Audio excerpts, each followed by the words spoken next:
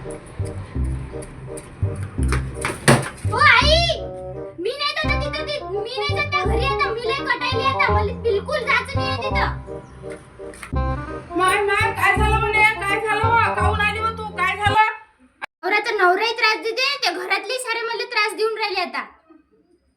नेहा बाई, आता तुझं नवीन नवीन लग्न झालं ना, म्हणून त्यांना खूप खुशी झाली. त्यांना असं वाटते का वहिनी आपल्या घरात आली बा, म्हणून तुला वहिनी वहिनी करते. काय झालं दिलं तर तू त्यांना? माय माय काय झालं गं बाई? माय ही नेहा धावपळ करत आली, गळ्यात मंगलसूत्र नाही, काही नाही, बॅग आपटून दिली, दोघी मायलिकीचा कल्ला. काय झालं?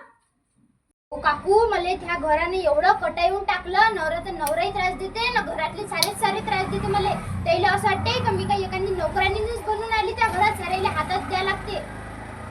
खरंच तर आहे हो मालूबाई, तिचं एवढं कमी वयात लग्न करून टाकलं. अजून ती 19 वर्षाची पूर्ण झाली नाही, 18 वर्षात पुन्हा लग्न करून टाकलं. तिच्या अंगावर संसाराची जबाबदारी टाकून दिली. आता तिला समजते का संसार कसा करायचा? तर तुझंच चुकलं. राहू द्या रत्नाबाई, असं काही सांगत असते का? पोरीसमोर असं बोलत असते का? हा, होईन तिला हळूहळू सवय. काय झालं आता सवय नाही तर? घरातली जबाबदारी पडली की पोरींवर चालू आहे. तू घरात तू बाई जास्त बडबड करत नको जाऊ. माझ्या घरातलं मी पाहून घेईन. काय झालं? लग्न झालं तर आपापली जबाबदारी नाही टाका लागत काय पोरींवर?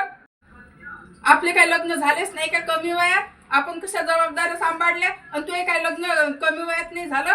तुला काही समज आली नाही काय? हा, चालली मोठी इथं शिकवायले. वयात ज्या गोष्टी सोयीस्कर असतात, त्याच गोष्टीचा भार मुलींच्या डोक्यावर टाकला पाहिजे.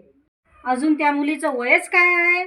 तिचं तर शाळेत जायचं, खेळायचं, कुदायचं वय आहे. ह्या बाईनं दिलं लग्न करून एवढ्या लवकर तिचं.